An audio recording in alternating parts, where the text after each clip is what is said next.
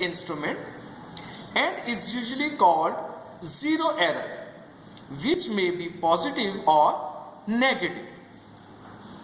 Systemic error से मतलब है सिस्टम में कोई फॉल्ट होता है, और सिस्टम का मतलब क्या है, वो इंस्ट्रूमेंट जिससे हम रीडिंग ले रहे हैं उसमें पहले से ही कोई गलती होती है जिससे उसकी रीडिंग लेना मुश्किल हो जाती है। हम कितना भी केयरफुली उसकी रीडिंग लेते हैं लेकिन उसमें गलती आती है, और इस एरर को क्या जीरो एरर इसलिए कहा जाता है कि ये एरर या तो पॉजिटिव होता है या नेगेटिव होता है, या हम उसकी ज्यादा रीडिंग ले चुके होते हैं या कम रीडिंग ले चुके होते हैं उस सिस्टम की खराबी की वजह से।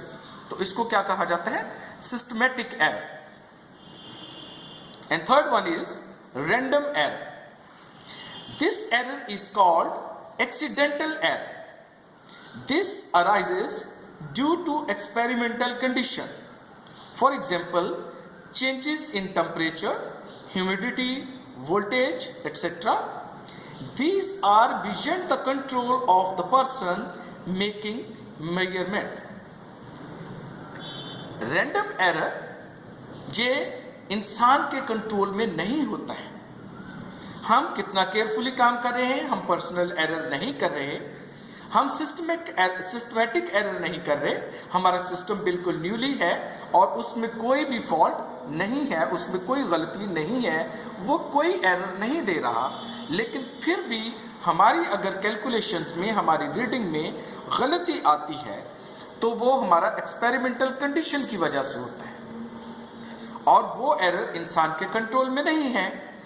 जैसे यहाँ पे एग्जांपल्स में लिखा कि टेम्परेचर, ह्यूमिडिटी और वोल्टेज। एक एक्सपेरिमेंट परफॉर्म करने के लिए हमें अगर टेम्परेचर की जरूरत नहीं और अगर अचानक से टेम्परेचर रेज हो जाए, या ह्यूमिडिटी की जरूरत नहीं और ह्यूमिडिटी हो जाए, और वोल्टेज कम या ज्यादा हो जाए, तो वो एक्सपेरिमेंट जो हम परफॉर्म कर रहे हैं उसमें जो गलती आती है उसको क्या कहते हैं, रैंडम एरर कहते हैं, और ये इंसान के कंट्रोल में नहीं होता। इसको क्या कहा जाता है, रैंडम एरर। और प्लीज स्टूडेंट्स, पहले लेसन में मैं नहीं कह पाया कि पहले ये आपने ये होल क्वेश्चंस जितने भी अभी तक आपको लेसन्स मिल रहे हैं, all questions you have to note on your write book notebook and then learn it, then you will submit in the school, and then I will check it again. Thank you.